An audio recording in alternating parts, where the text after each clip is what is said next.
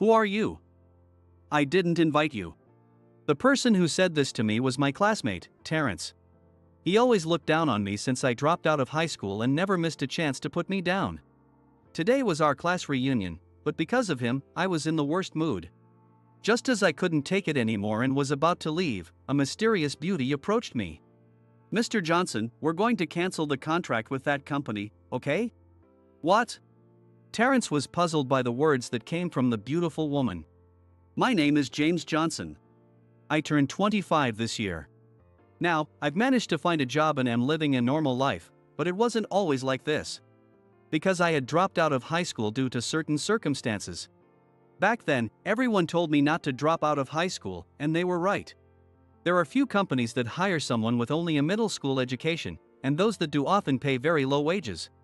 If I had adapted better to society, maybe I could have landed a decent job even with just a middle school education. But I'm shy by nature and extremely bad at socializing. So, I was rejected many times in interviews, and there seemed to be no sign of me getting hired. I was laughed at and called jobless by others, which was humiliating. Since then, I stopped attending high school reunions and pursued my own life. Yet, I received another invitation to a reunion. Now that I'm gainfully employed, I shouldn't feel ashamed of my life. I was a bit excited about going to the reunion since I would see some old friends. On the day of the reunion, I dressed simply in jeans and a white t-shirt and headed to the venue. It's been a while since I've seen everyone. I might be getting a bit nervous. Talking to myself when nervous is a habit of mine. I know it, but I just can't stop it. When I finally decided to enter the restaurant, some of my classmates had already arrived. I sat at the edge, waiting for others to gather. It seemed that more than half of us were going to be there. At 25, everyone's careers are starting to stabilize. After everyone arrived and we toasted, I started talking to a classmate sitting next to me. Even though we weren't close in school, it turns out you can have a good time as adults. That was how enjoyable the conversation with my classmates was. That's when someone came up to me and dropped a bombshell. "Who are you?" "I didn't invite you." The person who approached me was my classmate, Terrence. Seeing Terrence's face brought back all the unpleasant memories from our school days. Terrence was a kind of mood maker, always stepping up to lead the class. I thought that someone with such communication skills would surely succeed in the future. But I disliked Terrence. Because he would pointlessly pick on me. I'm shy, unlike Terrence, so my way of speaking tends to be subdued. Terrence would imitate me or hide my personal belongings and laugh about it. Looking back, I realized that these actions were more serious than I thought at the time, and I really hated it. When I decided to drop out of high school, Terrence was the first to approach me. "You're quitting school? Dropping out of high school is really bad, isn't it?" "Shut up, everyone has their own circumstances." "Circumstances? It must be just because you couldn't keep up with your studies, right?" My frustration had built up over time, and I finally showed my anger. Despite that, Terrence didn't stop his teasing, and I ended up feeling miserable until the very end. And today, Terrence was again rubbing me the wrong way. "It's me, James, the one who dropped out part way." "Just kidding, I remember you." "Don't make such a scary face." Terrence seemed to think it was a joke, but for me, it was an unpleasant remark. Moreover, he said he didn't invite me, but I had received an official invitation. It seems that my classmates still think of me as one of them, even though I left midway. I was invited, so I intended to enjoy today. Should I have not come if I knew Terrence would be here? No, that would be disrespectful to the classmates who invited me. All sorts of thoughts raced through my mind. However, Terrence didn't seem to care, and he kept talking to me incessantly. He was sitting elsewhere earlier, but when he saw the classmate next to me leave, he sat down beside me. At that moment, all I could think was, please spare me. Speaking of which, dropping out of high school was a bold move. What was the reason for quitting again? There were many reasons. What are they? You can tell me. Oh. Is it something you can't say? He looked at me with a grin, as if he had found a fun toy. But after persisting without getting any information from me, he started talking about himself. I went to a top university, and then I got a job at a major corporation. How about that? I bet there's no one as successful as me. Where do you work? I'm at Corporation B. You know it, right? You must. After all, Corporation B is famous nationwide. I was a bit annoyed, but what Terrence said was true. Indeed, Corporation B is a nationally famous company, and I'm familiar with it. It's known for its high entry standards and is famous for a culture where athletes thrive. Seeing Terrence, I could understand why he was doing well at Corporation B. To me, Terrence is nothing but a person with a bad personality, but someone as assertive as him is likely to survive there. Actually, I'm still treated as a newbie, but I'm about to secure my first contract. A contract that hard to get? Haven't you been working there for 3 years?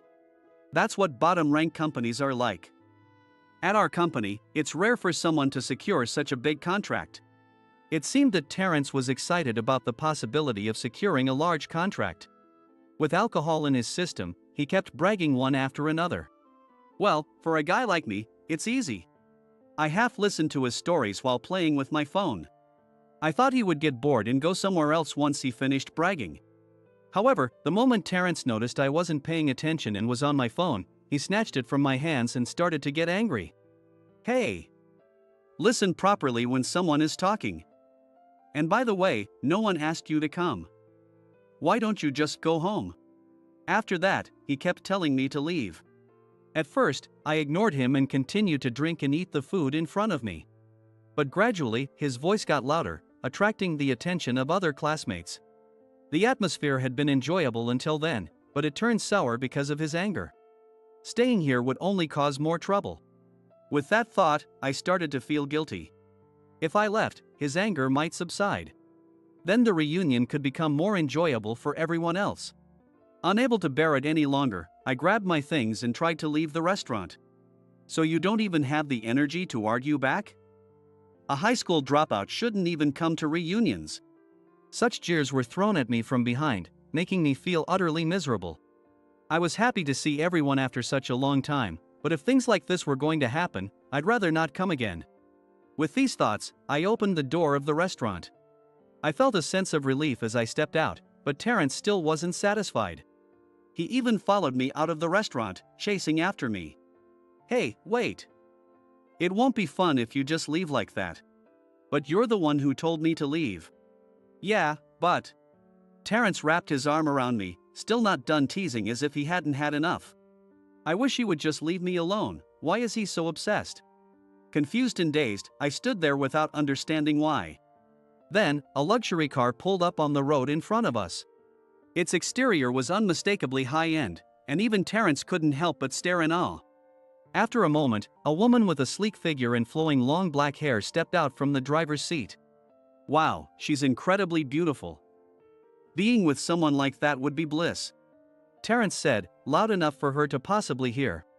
I thought it was quite rude to say such a thing, but she was indeed strikingly beautiful. As the woman approached us, she suddenly spoke up. I've come to pick you up. What? Me?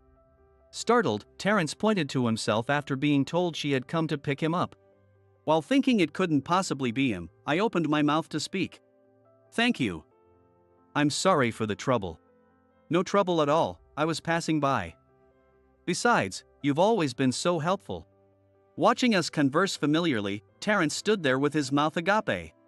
Hey, what's the relationship between you two? He had been quietly listening at first, but then he couldn't contain his curiosity any longer. Ah, is this the person you mentioned in your message earlier? That's right. What were you talking about just now? Truth be told, while Terrence was hassling me earlier, I had asked this beautiful woman to come and pick me up. I was using my phone to send her a message. If you were talking about me, then it's a quick story. I'm Terrence from Corporation B. Would you mind if we exchanged contact information? Corporation B. Yes. Actually, I'm about to sign a contract with a major company called Corporation A. I'm a man with a bright future. Despite the woman's clearly dismissive expression, Terrence started bragging. Confidentiality is crucial in business contracts, and I wondered if it was really okay for him to speak so freely. As I pondered this, the woman turned to me and said, President Johnson, we will terminate the contract with that company. Yes, we should avoid contracts with unreliable partners. What? What are you talking about? Terrence couldn't hide his surprise as our conversation took a serious turn.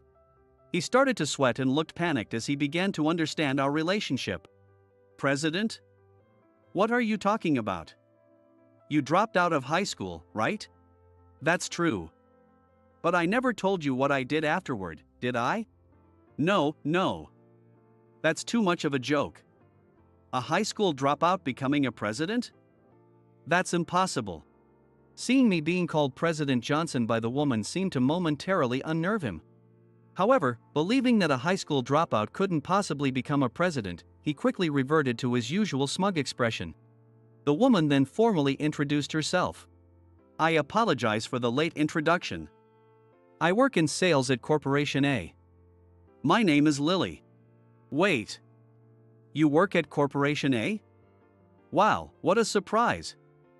What a coincidence. You seem to be mistaken, but James here is the president of Corporation A. No. Lily, what are you talking about? You don't have to go along with his lie. Although Lily just revealed my identity, he was still in denial. Or perhaps he simply didn't want to believe it. That makes sense. The guy he had always looked down on as just a high school dropout was the president of a company. Moreover, the very company he had been desperately trying to secure a contract with. For Terrence, it must be an unbearable truth. I've heard about you from Mr. Johnson, and you are indeed very rude, Lily said. Rude? What are you talking about? To think that someone like you was negotiating a contract, it really shows a lack of judgment. Though Terrence might have begun to suspect it, the truth is that I am the president of Corporation A. And Lily, she belongs to our sales department, a top performer despite her youth. She's the only woman in the sales department, and she's hungrier and more diligent than anyone, always working for the company. She's tough on herself and even tougher on others, particularly not tolerating people like Terrence. She once said, "People who brag without any real skills are just annoying to be around." Fortunately, we don't have anyone like that at our company. Her blunt honesty took me by surprise. Perhaps because Lily and I are close in age, she felt comfortable speaking her mind. However, I think it's rare to find an employee who can express their opinions so clearly. Wait a minute, even if this guy is the president of Corporation A and you are an employee, isn't it wrong to cancel the contract? Not really. The reason is clear. We don't do business with unreliable companies. And we can't entrust work to someone who can't keep confidentiality, Lily explained. That's right. I'll also be reporting this to Corporation B, I added. Watching his panicked expression, I couldn't help but speak up. Perhaps the anger I had been holding back was finally being released. While I admire Terrence's communication skills, I think my conduct as a professional is far superior. Maybe there was some talent in me that allowed me to work as a president. When I couldn't get a job in a regular company, I thought of starting my own business. If I couldn't fit into society, then I create an environment where I could fit in. At first, I didn't even know what kind of company to start or what goals to set. But only working part-time, I had plenty of time to think. I observed customers while I worked and learned about different ways of working. Gradually, the type of company I wanted to build became clear. Now, it's becoming the company I envisioned.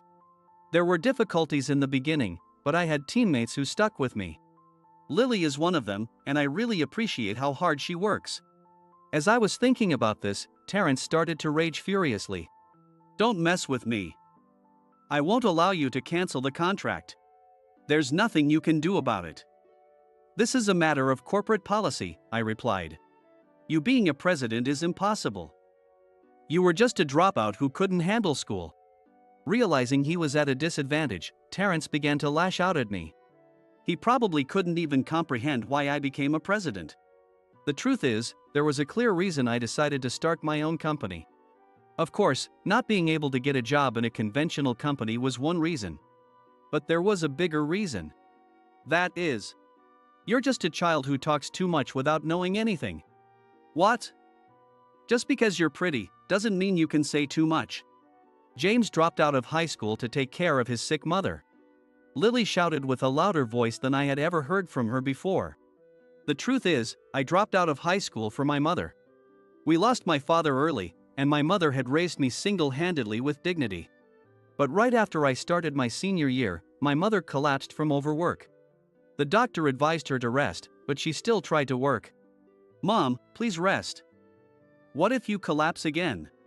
But if I don't work, how will we survive? You should focus on your studies. I'm going to quit high school. I'll quit and increase my shifts at work."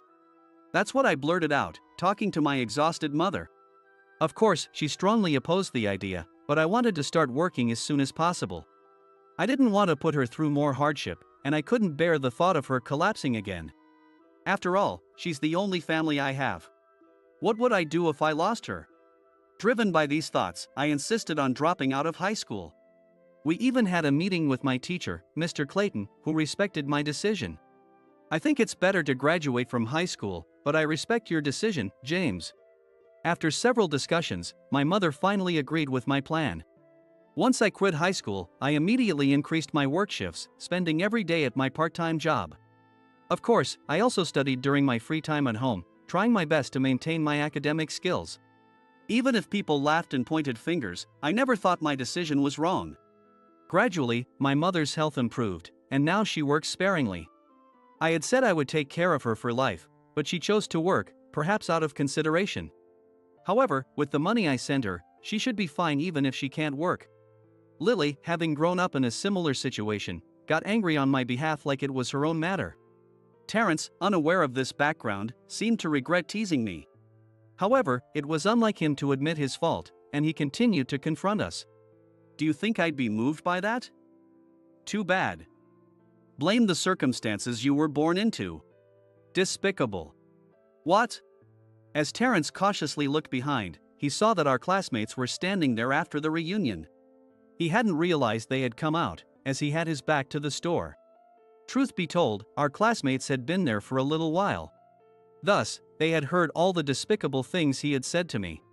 "I always thought you were rude, but I never imagined you could be this awful." "No, wait, that's not it. You understand, right? It's all his fault." Terrence pointed at me as he spoke, trying to shift the blame. Unfortunately for him, our classmates knew he was in the wrong. They had been watching the entire exchange, so it was unlikely that anyone thought I was the villain.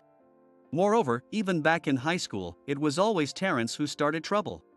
"We used to hang out because of old time's sake, but please don't involve us anymore." It's really not like that. Wait, everyone. One classmate's comment not to associate with him led others to openly criticize Terrence. And ignoring his pleas to listen, they all left. Damn it, because of you. Everyone's gone now. How will I cope if I lose my friends because of this? That's your own doing. You brought this upon yourself. What? Are you saying you're not at fault? As Terrence said this, he walked towards me. Thinking he might do something, I instinctively braced myself. That's when Lily stepped in front of me. Enough already. If you do anything more, I'll call the police. Police? You guys are infuriating. Hearing the word police, Terrence seemed to get scared and, cursing, he left the scene. This settles it, then. All that's left is to cancel the contract. I'm older and a man, and yet, I feel so pathetic. But thank you. It's okay. Plus, I actually have a black belt. It seems that Lily has been practicing judo since she was young, and now she holds a black belt. No wonder she excels in the competitive sales department known for its athletic culture. With a black belt, most things probably aren't intimidating to her. In contrast, I feel truly pathetic. Being protected by Lily. Although she said not to worry about it, I couldn't help but feel inadequate. That day ended with the resolution of the situation, but sometime later, I started learning judo myself, which is a story for another time. After a while, I heard from Lily about the dealings with Corporation B. It was really tough. A senior manager from B Corporation, around the age of our parents, came forward begging us not to cancel the contract. She recounted. So, what ended up happening with the contract? Actually, I had recorded the conversation just in case. I thought it might come in handy. According to Lily, from the moment she received my message, she knew Terrence was trouble. That's why she had turned on her phone's recording app, just in case something happened. I always knew she was competent at her job, being the top sales performer. But I hadn't expected her to be so foresight as to keep a recording. When Terrence's manager heard the recorded conversation, his face apparently went pale. He completely changed his tune, apologizing profusely and stating that they were okay with terminating the contract. Despite Terrence's fervent protests that he was not to blame, the presence of the recording left his manager no choice but to believe Lily. "You should have seen how flustered he was. I wish I could have shown it to you, James," she remarked. "Hey, don't say things like that," I replied half-jokingly. "But he's been harassing you for a long time, hasn't he?" Indeed, Lily was right. I had endured harassment from Terrence for a long time. And he kept making snide remarks without understanding what I had been going through. Originally, I was shy and meek, and all I could do was listen to Terrence.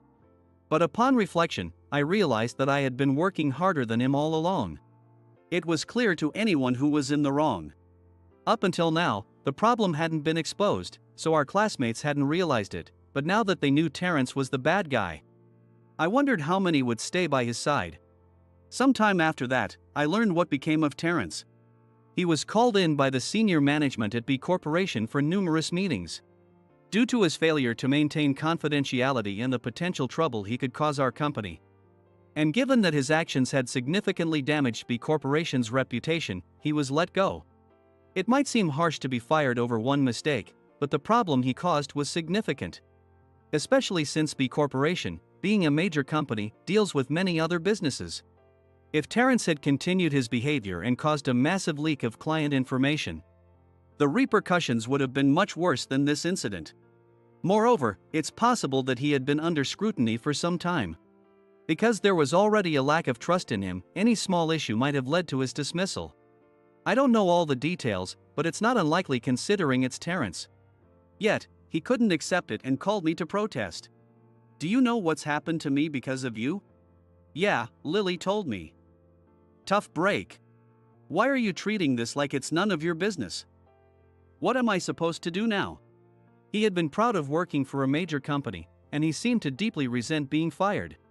I wished I could help, but the decision was made by B Corporation, not by me. Even if I hadn't reported his behavior, it was likely that this would have happened eventually. He wanted to believe he was not at fault, but life has a way of returning what one puts out into the world. He proved that himself.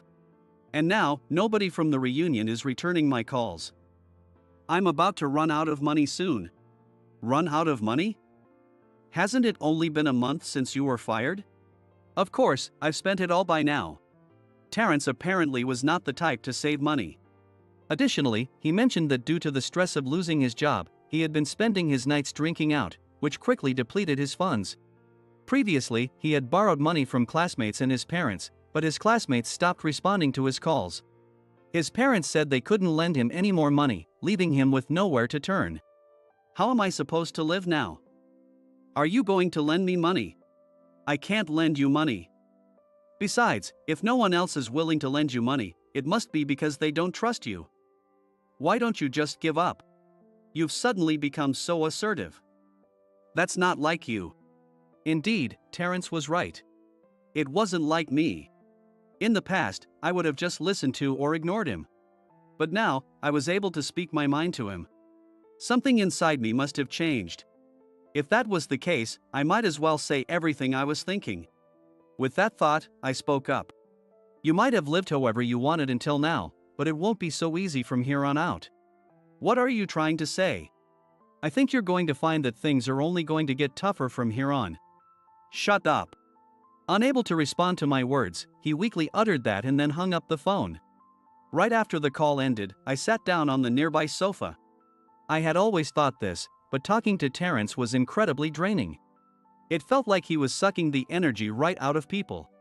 But now that I no longer have to deal with him, I can focus on my work without any worries. Since then, I've thrown myself into my work more than ever before.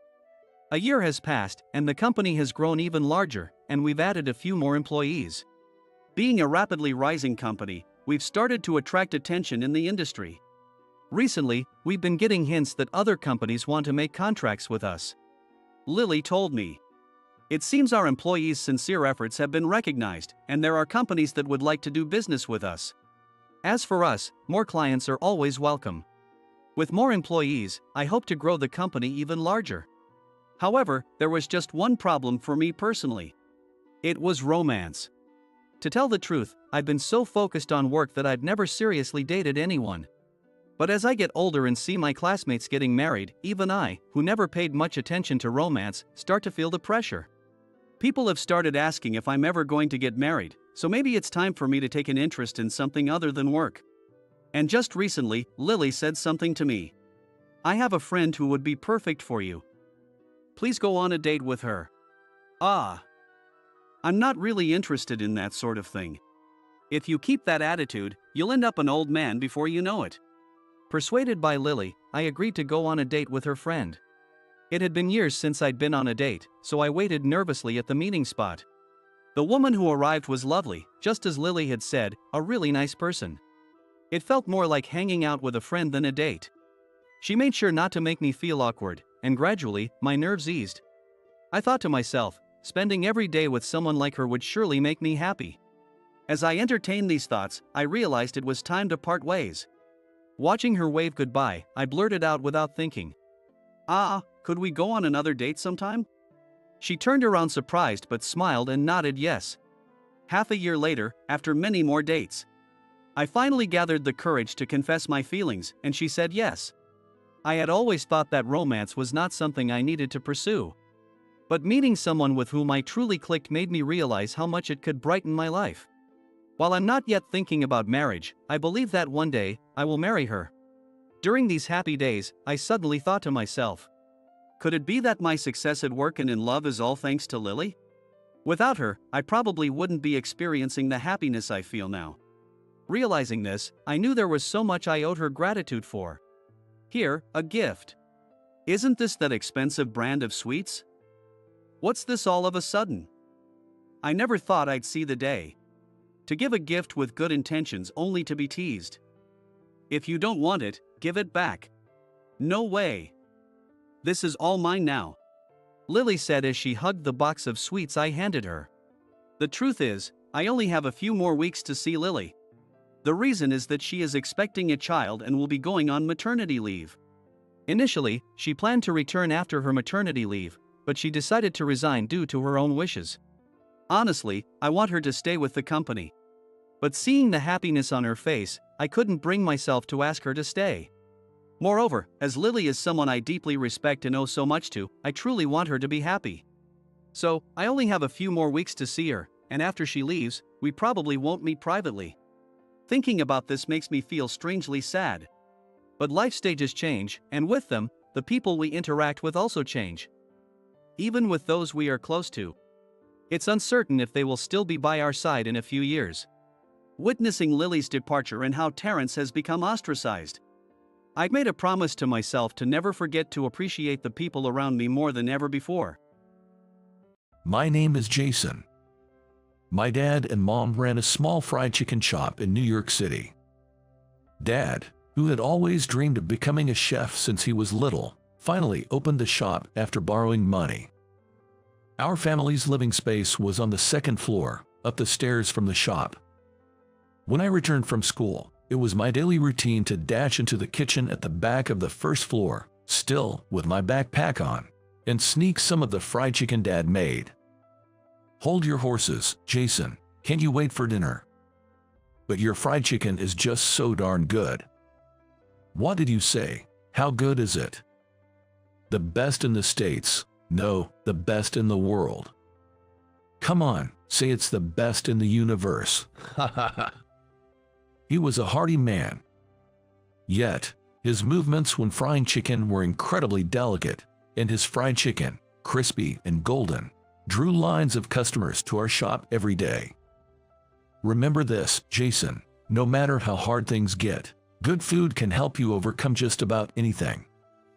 Our home was always filled with laughter. As a little kid, I couldn't really grasp it, but now that I'm grown up, I understand. That's what you call happiness. So, if there were a time machine, I'd go back and tell my younger self, you're incredibly happy right now, you know. So savor every day more and live it to the fullest.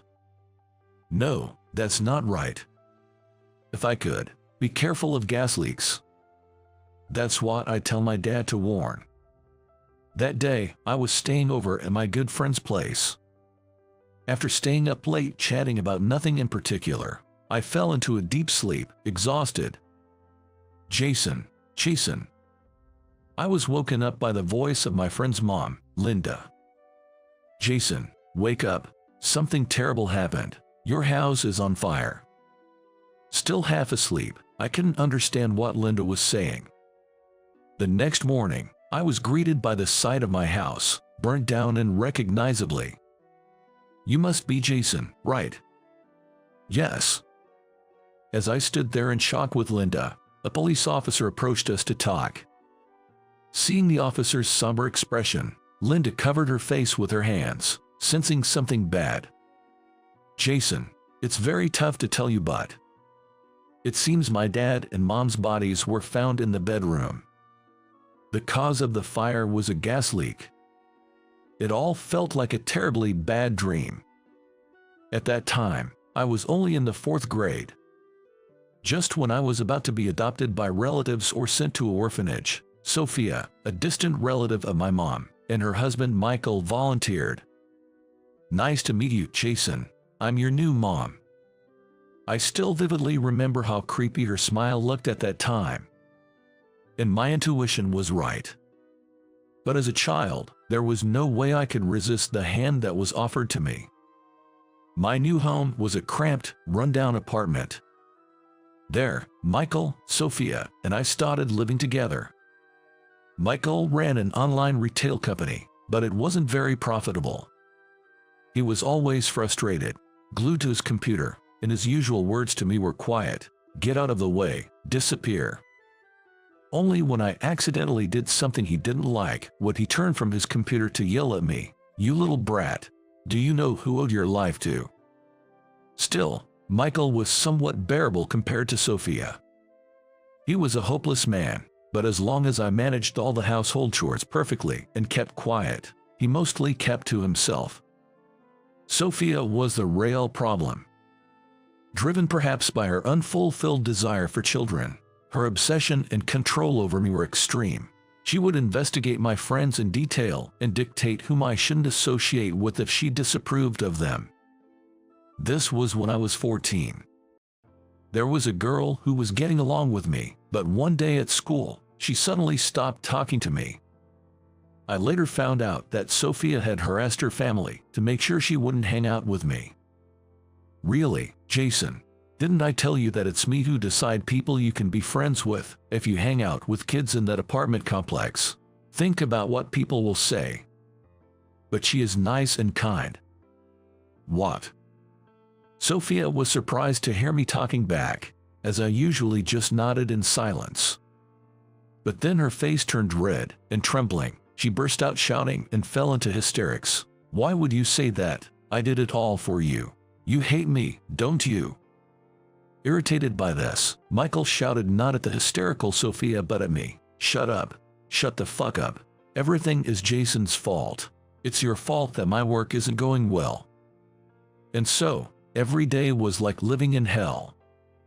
But what kept me alive was Dad's words. Remember, Jason, no matter how hard things get, good food can help you overcome just about anything.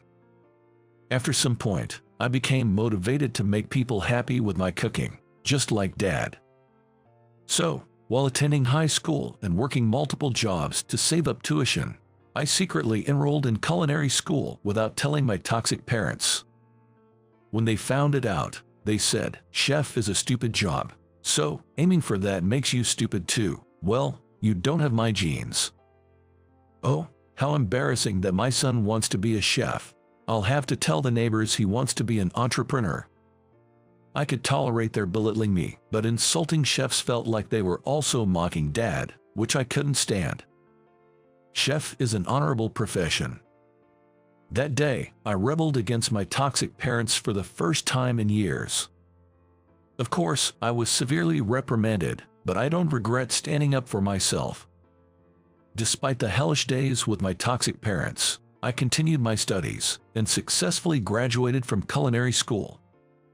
And finally, I managed to land a job at a fried chicken shop. It wasn't an easy path, but if Dad were alive, he'd probably roughly stroke my hair and praise me, genuinely happy. His son, who admired him, didn't give up despite the adversity and carved out his own path to be a chef. Then one day, this was when I was 22 years old, Sophia, unusually in a good mood, approached me with a cloying voice. "Jason, I've finally found the ideal woman for you." What? What a surprise! My toxic parents brought me a matchmaking. "Just leave everything to us. You just need to show up and nod in agreement." Honestly, I was totally against the idea of an arranged marriage. I wanted to focus on my job, and knowing that my happy parents married for love made me even more resistant to the idea of an arranged marriage. But I knew I had no right to refuse. If I didn't want to be on an arranged marriage, running away from home seemed like the only option. Running away from home. What an enticing thought. But I shook my head at my own idea. These toxic parents would surely chase after me, spouting things like, "After all we've done to raise you." That's what made cutting ties with them so difficult, even if I ran away. On a night filled with such heavy thoughts, I overheard my toxic parents whispering in the living room. Regarding Jason's partner, it seems she has saved up quite a lot of money. Yeah, if this marriage goes well, she might invest in my business. They were clearly talking about the woman they wanted me to meet, but saved up a lot of money. Was she the daughter of some wealthy company president? "We've raised him all this way. Jason has to be useful to us now." Apparently, they were planning to marry me off to a wealthy woman to benefit from it. I had suspected there was a catch, but so this was the reason for the arranged marriage. What do they think about my life? I can't help but wonder if they adopted me in that day just for this purpose. I opened the door to the living room. "Oh, what's up? I thought you'd gone to bed already." Seeing Michael unusually flustered, I spoke up. "I'll accept the marriage," I said. Maybe I was acting recklessly. At that moment, I was desperate to get away from my toxic parents as soon as possible. I was willing to accept the marriage I didn't want, even if it was all part of their plan. As long as I got married, I could leave this house and not have to share the same air with them. Being with them was that unbearable. On the day of the arranged meeting, my toxic parents and I entered a private room in a reserved, high-end restaurant. There was an elderly woman with white hair sitting in the room. My matchmaking partner must be her daughter, who hadn't arrived yet. Does that mean she's in her 40s? That means she is in double of my age. Regretting my decision to accept the meeting as I sat down opposite the elderly woman, I thought about how I was desperate to escape my toxic parents. My toxic parents sat down on either side of me. As soon as we sat down, Michael began, "This is my son, Jason. He might look a bit cheeky, but he's young, healthy, and can handle household chores without a single complaint, even though my matchmaking partner hadn't arrived yet. Come on, Jason, say hello. It has already started." Michael whispered urgently to me. "Already started?" I asked, confused. Seeing my astonished expression, Sophia awkwardly said to the elderly woman, "This child gets a bit nervous. Sorry about that. He's usually much more talkative and friendly." "No, I'm not friendly, and even if I were, I wouldn't enjoy chatting with you. But that wasn't important right now. Cut it be. Surprised that I'm your matchmaking partner." I was filled with despair at the elderly woman's words, her expression unchanging. She is my partner. So my toxic parents set me up with a woman who seems over 70 years old just for the money, even though I'm only 22. My vision blurred like it's warping in front of me. I knew my parents were rotten, but now I felt like throwing up. Then, she, who had been silently watching me, spoke. "Let's go outside for some fresh air," she suggested. Michael urged me to stand up, "Come on, get moving." I managed to stand, and with unsteady steps, followed her outside. Together, we stepped out into the garden.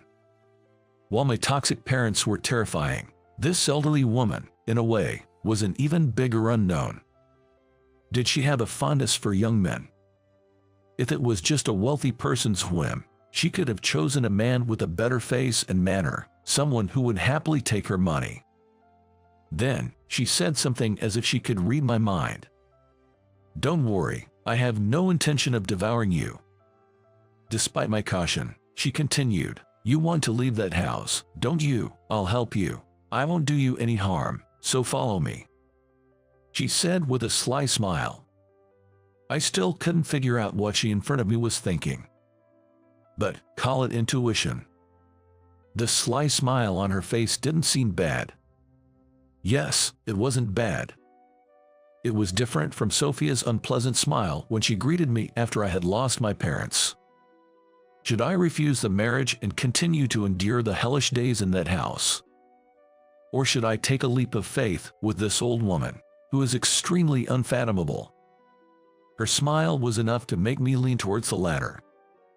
And so, Margaret and I got married, almost as if starting a business together. My married life with Margaret was like a mentor-apprentice relationship. She taught me about cooking. At first, I arrogantly thought, what could I, a chef, possibly learn from an amateur? But her cooking was unbelievably delicious. Deliciousness is justice. I humbly listened to her teachings and honed my skills. Margaret also meddled in my lack of romantic experience, offering various pieces of advice. What do you think makes the best date? Maybe dining at a fancy restaurant with a view of the night skyline. Not at all. Listen, the best date is having a picnic in the park with packed lunches. The woman brings warm soup, and the man brings a lunchbox filled with sandwiches and fried chicken. Fried chicken in a lunchbox. You don't get it. The ability to make delicious fried chicken that stays tasty even after it gets cold shows the skill of a chef. Yeah, I get that, but how does that have connection to the best date? If a man can make fried chicken that's delicious even after it gets cold, it's sure to make a woman's heart flutter. I couldn't help but laugh at her funny view on romance. But including all that, I quite liked Margaret. On a peaceful, sunny autumn day, she invited me on the best date. As she packed sandwiches and fried chicken into a lunchbox, I said, "Weren't the sandwiches and fried chicken supposed to be the man's job? I'm more of a man than you are, so it's fine." What's that supposed to mean?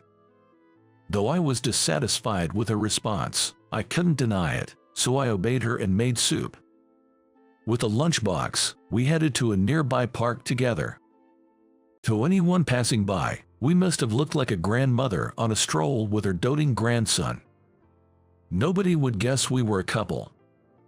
Arriving at the park, we opened our lunch on picnic blankets immediately. I had eaten Margaret's cooking many times before, but it was my first time to try her fried chicken. I work at a fried chicken shop, after all. It's not going to impress me that easily. Just eat without complaining. Prompted by Margaret, I took a bite of the fried chicken. Well, it's really good. Despite being completely cold, the crispy and crunchy texture was undeniable. But soon, I realized something. This is... Got it right? Well, you barely got passing grade then. At the moment, I felt incredibly nostalgic. No doubt about it. This texture, this taste. As I devoured the fried chicken, on the verge of tears, Margaret said, "Your father learned how to make fried chicken from me, you know." I remembered my dad mentioning it once. Since I can remember, my dad's fried chicken shop had been a famous spot with queues outside of the door, but at the time he opened it was facing financial difficulties and on the verge of closing. At that time, my dad stumbled upon Margaret's shop and was so impressed by how delicious of her fried chicken was. Then he begged her to take him on as a disciple right there. my dad's shop flourished because he learned how to make fried chicken from Margaret. So, my dad always said, I have a master to whom I can never express enough appreciation, and that master was Margaret. My dad always said he wanted to give back to you someday. What are you talking about? With anything, I'm the one who owes him. What do you mean? In the culinary industry, it's tough for women to get recognized, but when your dad's shop became famous, so did mine as his master, and it started to thrive, Margaret explained. I had no idea. So, I'm the one who owes a debt of appreciation, and yet, he passed away, leaving you, still a little boy, but well, it was good to be able to take you, his son, in this way. Margaret knew I had been adopted by my toxic parents. She had enticed my financially struggling toxic parents with her wealth and proposed marriage. Just getting you away from those people isn't enough to repay the debt. So, Jason, when I die, I'll leave all my inheritance to you. Everything I have is thanks to your father. No, I don't want the inheritance. As much as I appreciated the offer, there was something I wanted far more than money. Because my dream was, I don't need money. Instead, teach me how to make fried chicken. I want to become a chef who can rival my father. Margaret smiled, saying, that's his son. After learning how to make fried chicken from Margaret, I could recreate the taste of the fried chicken my father made. Indeed, I became a major chef with the highest caliber, though still unknown. When I open my own shop someday, let's have the best date again. Next time you'll be the one making the fried chicken. Margaret showed me her characteristic sly smile. But that day never came. Because Margaret passed away because of cancer. She knew about her limited time and wanted to repay my father and me within her remaining life. On the day of the funeral, my toxic parents came to get their share of the inheritance. But when I handed them the document detailing the inheritance, what's this? It's all debt. It's the debt Margaret incurred when she was opening her shop. Damn, that old hag had no money. She tricked us. If we knew, we'd have married Jason off to a wealthier family. They spat out those words and left. Of course, knowing it was a negative inheritance, they decided to pretend not to know about it. As expected, my toxic parents tried to dump everything on me. It was natural there was only debt. Because Margaret had given me a substantial amount of money as a living inheritance. With that money, I was able to pay off Margaret's debts and open my own fried chicken shop. I said I didn't need the money. In the end, I received everything from Margaret. Times passed after Margaret's death, on a snowy day. I went to the park with a lunchbox to fulfill our date promise. Thanks to you, I was able to open a shop. See, my fried chicken is delicious, right? A tear rolled down my cheek. Then someone gave me a handkerchief. Here you go. Looking up, I saw a black-haired woman standing there. On a snowy, cold day far from ideal for a picnic. A woman who approaches a man crying while eating fried chicken is certainly not an ordinary person. Would you like some warm soup? Soup? No, it's cold now, and this is the worst date, isn't it? She was a neighbor's daughter who Margaret was fond of, and she had mentioned me to her, saying she had someone to introduce. We looked at each other and chuckled. Margaret, you were so unfathomable woman. As for my toxic parents, damn, we spent all our savings counting on that old hag's inheritance. Let's go ask Jason for money, shall we? Have you seen his shop? It's always crowded, too many people around, and when he closes, he locks up and goes straight inside. Hey, I know you're in there. Shoot. They seem to be on the verge of fleeing at night, even struggling to find food. Feeling a bit of pity for them, I'm thinking of delivering some of my fried chicken to those foolish toxic parents someday. What? Because you witnessed the accident, you have to go to the hospital as a companion. Is there such a thing as this drama-like situation? If you can't make it, consider yourself fired after today. Despite having an important business dinner, I wanted to head to the dinner as soon as possible, but I didn't have the heart to leave someone suffering right before my eyes. When I contacted my boss, Ryan, to explain the situation, he yelled at me. The call was unilaterally cut off by Ryan. Although the dinner was important, I couldn't leave someone who might be in danger of losing their life. Hours later, after finishing up at the hospital, I headed to the dinner venue. Upon my arrival, Ryan was incredibly angry and started yelling at me. "What the hell are you doing showing your face here?" Just as I was about to apologize to Ryan for the umpteenth time, that's when it happened. President Johnson, the client sitting across from Ryan, stood up and smiled at me. "My name is George. I'm just an ordinary office worker.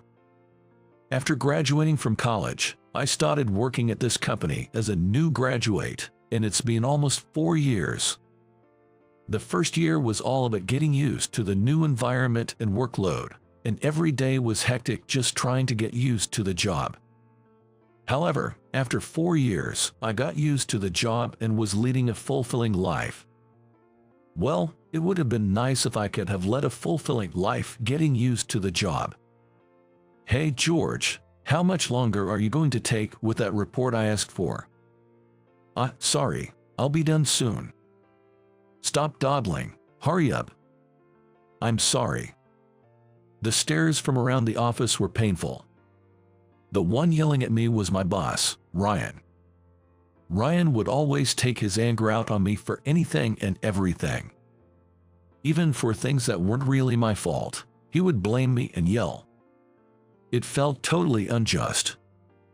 People in the same department knew that I wasn't being scolded for making mistakes all the time. Still, if anyone spoke up, Ryan's anger would turn towards them, so everyone kept quiet. But there were people who did speak to me. "You handled that well just now. Are you okay?" Ryan is too irritable. Many people sympathized with my position and worried about me. Thanks to the people around me, I was able to endure being yelled at and treated unfairly by Ryan. The workplace environment wasn't bad at all. If it weren't for Ryan, I think I could have led a more fulfilling work life. That's why I haven't thought about quitting this job. I just needed to endure Ryan's treatment. That's what I thought. Hey George, you made a mistake on that calculation sheet the other day. Who do you think apologized on your behalf? The next day, and the day after that, Ryan would lash out at me almost every day. It was one day when I was working while enduring Ryan's abuse. I was called by the department head, Max, and told something. A business meeting. "Yeah, George, you've been here almost 5 years, right? I think it's about time you handled a big negotiation." Really? Am I the right person for this?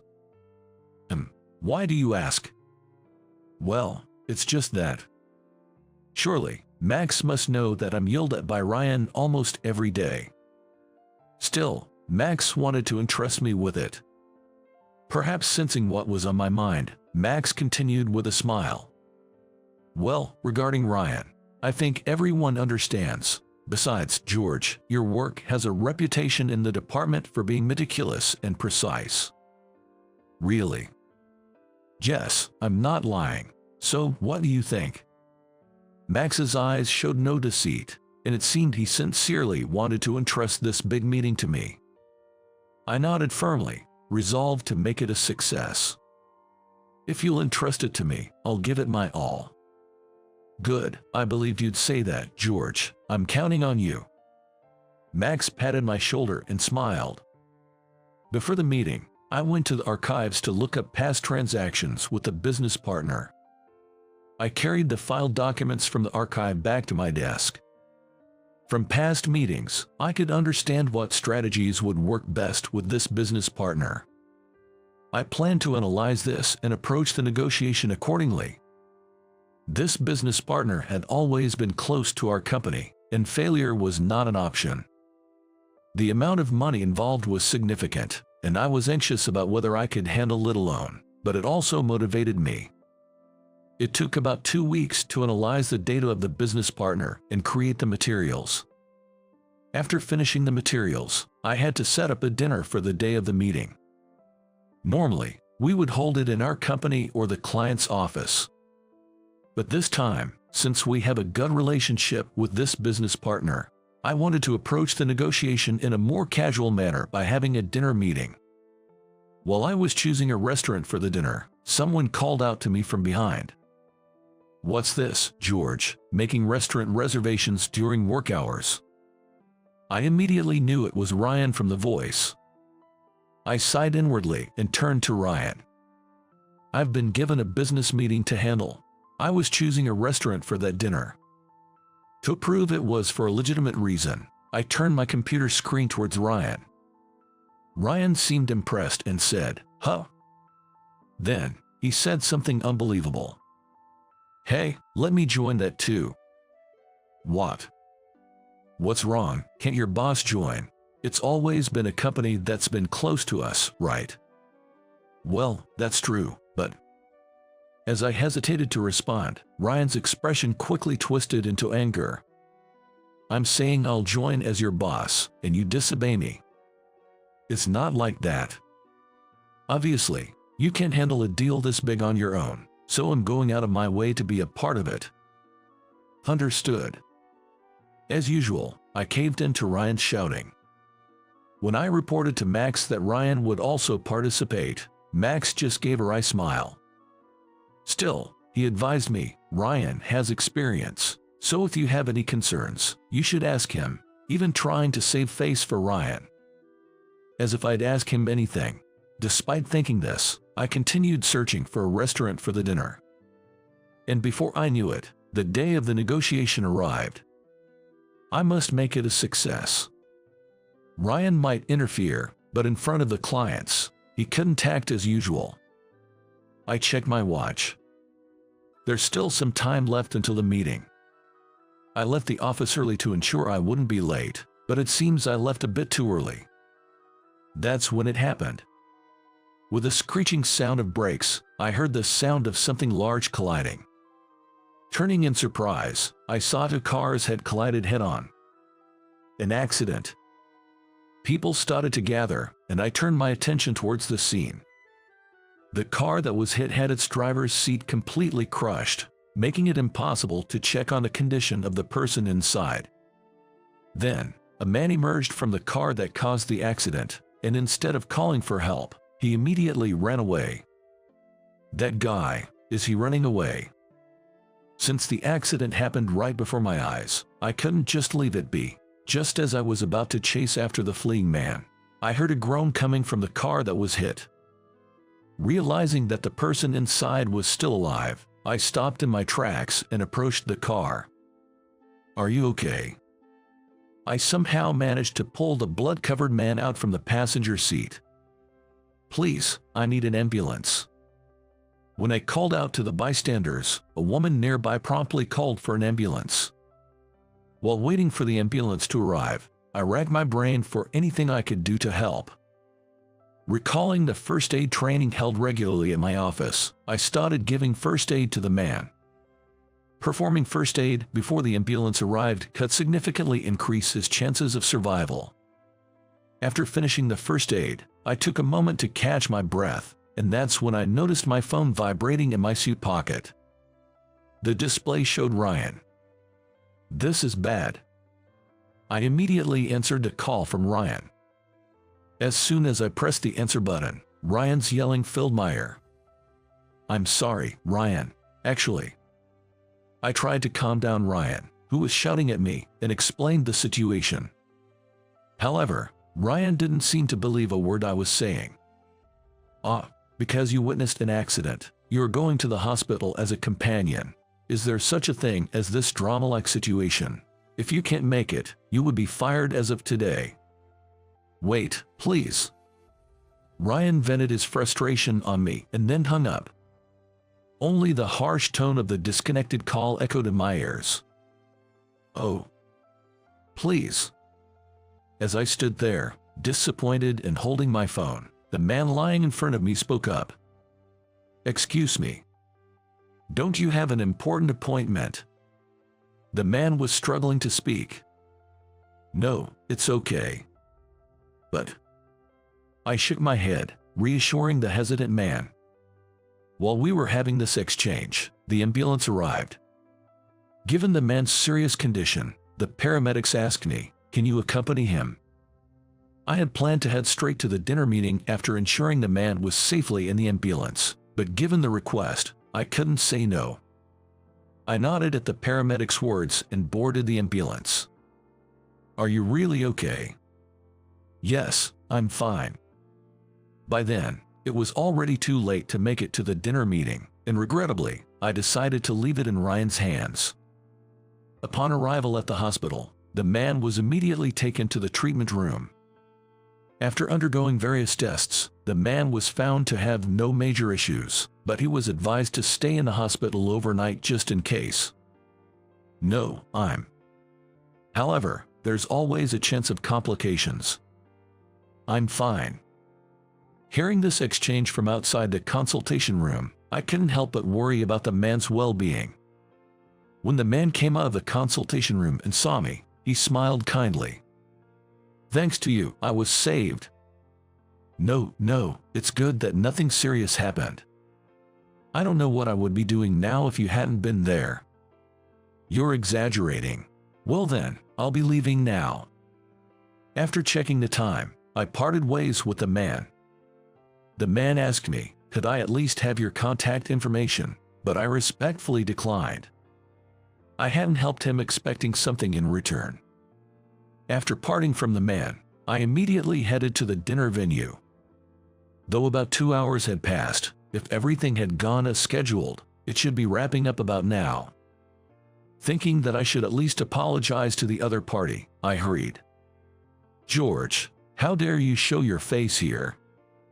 As I arrived at the restaurant and was looking around for Ryan and the others, he spotted me first and marched over. I braced myself, knowing I was about to get an earful, and sure enough, he started lecturing me. "I'm terribly sorry." You got cold feet because it was a big deal, didn't you? Showing up when it's almost over." "No, that's not it. I really did witness an accident." "Proof?" "Excuse me." "Proof? If you saw an accident and helped the victim, then show me the proof." "That's impossible." Ryan knew I wouldn't have any evidence on me when he demanded it. Understanding this made it all the more frustrating that I couldn't present any proof. I hung my head, wondering what to say next. That's when it happened. Ryan, what seems to be the problem?" "Oh, my apologies. A subordinate of mine who was supposed to be here today has just arrived." The person who approached us was President Johnson from the client company. Ryan was yelling at me so loudly that it echoed throughout the restaurant, likely prompting Mr. Johnson to come over, wondering what was happening. Ryan grabbed my arm, still hanging my head, and pushed me in front of him. "Come on, apologize to Mr. Johnson." "I sincerely apologize for my absence today, despite your taking the time to be here." No, please don't worry about it. Ryan provided a very good talk, so I'm quite satisfied. Your words bring me relief." Mr. Johnson smiled warmly. Ryan seemed proud of being praised by him and gave me a smug look as if to say, "See, I appreciate your generous understanding. I will ensure that something like this never happens again." It's too late for that. A loser like you couldn't possibly make a comeback. I had neither the energy to feel angry nor the strength to retort to Ryan's words. The fault was entirely mine this time. I had arranged the dinner and invited Mr. Johnson, only to be absent for a baffling reason on the day. If only I had ignored the accident, none of this would have happened. Yet, I couldn't bring myself to ignore someone injured just to attend the dinner. Still, it's true that my misjudgment almost caused damage to the company. I wondered what would have happened if Ryan hadn't been there. Despite having helped someone, It seemed like good things were scarce, mocking myself internally. Is this all my life is going to be?